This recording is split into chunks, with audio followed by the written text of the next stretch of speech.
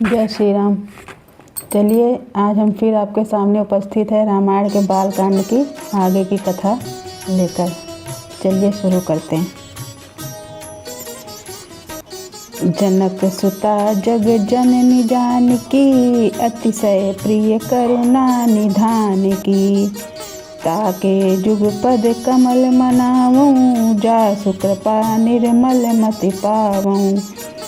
राजा जनक जी की पुत्री, जगत की माता और करुणा निधान श्री रामचंद्र की प्रियतमा श्री जानकी जी के दोनों चरण कमलों को मैं मनाता हूँ, जिनकी कृपा से निर्मल बुद्धि पाऊँ। पुनि मन वचन कर्म रघुनायक, चरण कमल बंदऊँ सब लायक। राजीव नयन धरे धनुषायक, भगत विपत्ति भंजन सुखदायक। फिर मैं मन वचन और कर्म से कमल नयन धनुष बाणधारी, भक्तों की विपत्ति का नाश करने और उन्हें सुख देने वाले भगवान श्री रघुनाथ जी के सर्वसमर्थ चरण कमलों की वंदना करता हूँ। गिरा अर्थ जल बीच सम, कहियत भिन्न न भिन्न। बंदऊँ सीता राम पद, जीनहि परम प्रिय खिन्न। जो वाणी और उसके अर्थ तथा जल और जल की लहर के समान कहने में अलग अलग हैं, परंतु वास्तव में एक हैं, उन श्री सीताराम जी के चरणों की मैं वंदना करता हूँ, जिन्हें दीन दुखी बहुत ही प्रिय हैं। बंदऊँ राम नाम रघुबर को, हेतुक सानु भानु हिम कर को। विधि हरिहर मैं वेद प्राण सो, अगुण अनुपम गुण निधान सो। मैं श्री रघुनाथ जी के नाम राम की वंदना करता हूँ, जो कृषाणु भानु और हिमकर का हेतु अर्थात रा आ और माँ रूप से बीज है। वह राम नाम ब्रह्मा विष्णु और शिव रूप है। वह वेदों का प्राण है, निर्गुण उपमा रहित और गुणों का भंडार है। महामंत्र जोई जपत महेशु, काशी मुकुट हेतु उपदेशु। महिमा जासु जान गण राऊँ, प्रथम पूजियत नाम प्रभाऊँ। जो महामंत्र है, जिसे महेश्वर जी श्री शिव जी जपते हैं और उनके द्वारा जिसका उपदेश काशी में मुक्ति का कारण है, तथा जिसकी महिमा को गणेश जी जानते हैं, जो इस राम नाम के प्रभाव से ही सबसे पहले पूजे जाते हैं। जान आदि कवि नाम प्रतापू, भयउ शुद्ध करि उल्टा जापू। सहस नाम सब सुनि शिव बानी, जप जय पिय संग भवानी।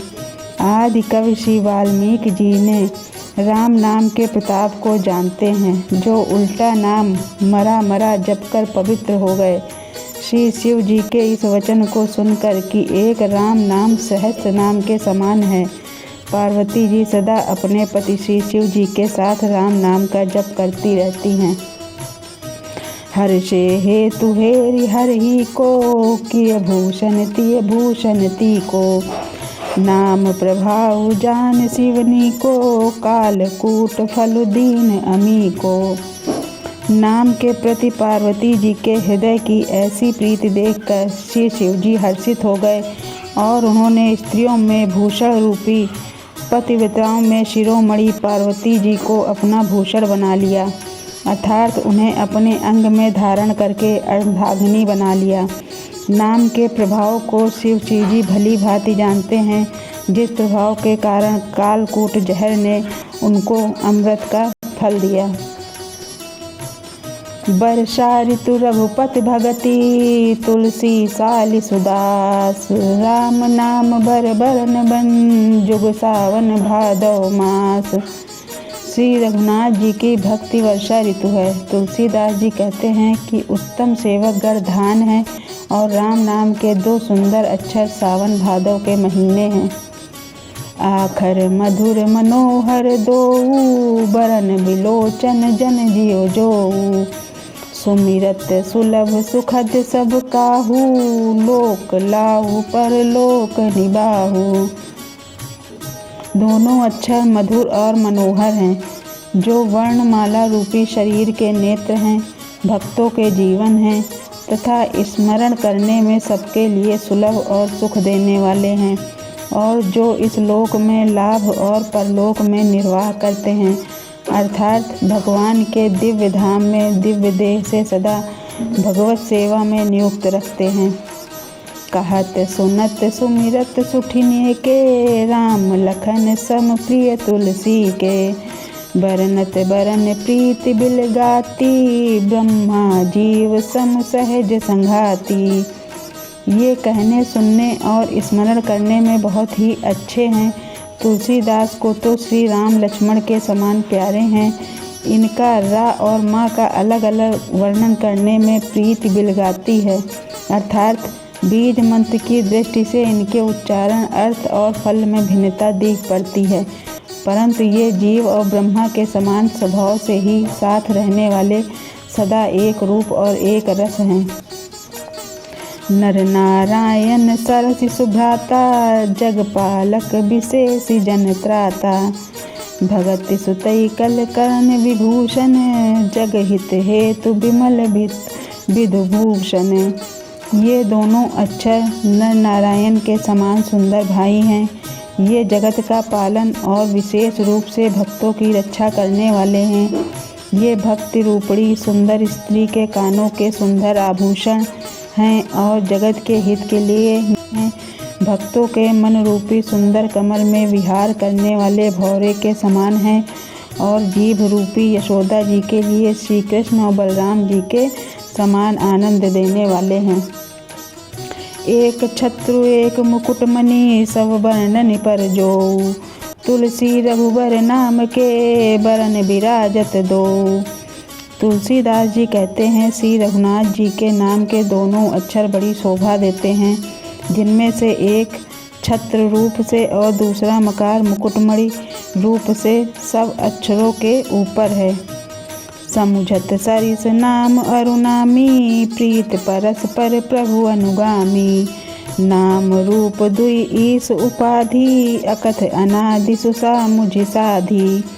समझने में नाम और नामी दोनों एक से हैं, किंतु दोनों में परस्पर स्वामी और सेवक के समान प्रीति है, अर्थात नाम और नामी में पूर्ण एकता होने पर भी जैसे स्वामी के पीछे सेवक चलता है, उसी प्रकार नाम के पीछे नामी चलते हैं। प्रभु श्री राम जी अपने राम नाम का ही अनुगमन करते हैं, नाम लेते ही वहाँ आ जाते हैं। नाम और रूप दोनों ईश्वर की उपाधि हैं। ये भगवान के नाम और रूप दोनों अनिर्वचनीय हैं, अनादि हैं और सुंदर बुद्धि से इनका दिव्य अविनाशी स्वरूप जानने में आता है। को बड़ छोट कहत अपराधु, सुनि गुण भेद समुझहि साधु।